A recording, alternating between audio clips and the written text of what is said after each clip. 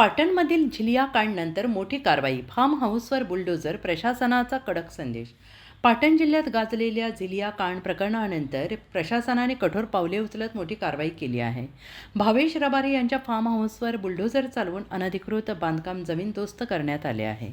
या कारवाईमुळे परिसरात एकच खळबळ उडालेली असून प्रशासनाने गुन्हेगारी विरोधात कठोर भूमिका घेतल्याचा संदेश दिला आहे. मिळालेल्या माहितीनुसार झिलियाकांडमध्ये काही दिवसांपूर्वी या प्रकरणाचा पोलिसांवर हल्ला झाल्याची घटना समोर आली आहे. त्यानंतर प्रशासनाने या प्रकरणाला गांभीर्यानं घेत मोठ्या प्रमाणात तपास सुरू केला आहे. तपासादरम्यान आरोपीच्या फार्म हाऊसवर अनधिकृत बांधकाम असल्याचं उघड झालं. त्यानुसार संबंधित विभागाने संयुक्त कारवाई करत बुलडोझरच्या सहाय्यानं हे बांधकाम पाडलं.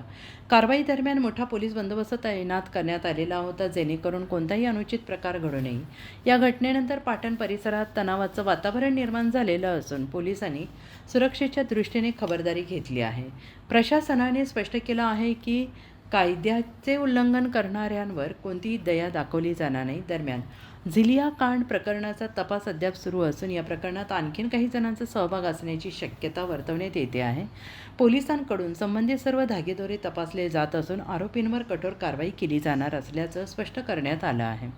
या कारवाईमुळे राज्यभरात चर्चेला उधाण आलेलं असून गुन्हेगारी विरोधात प्रशासनाने घेतलेल्या या कठोर भूमिकेचे काहींनी स्वागत केले तर काहींनी यावर प्रश्नचिन्ह उपस्थित केले आहे.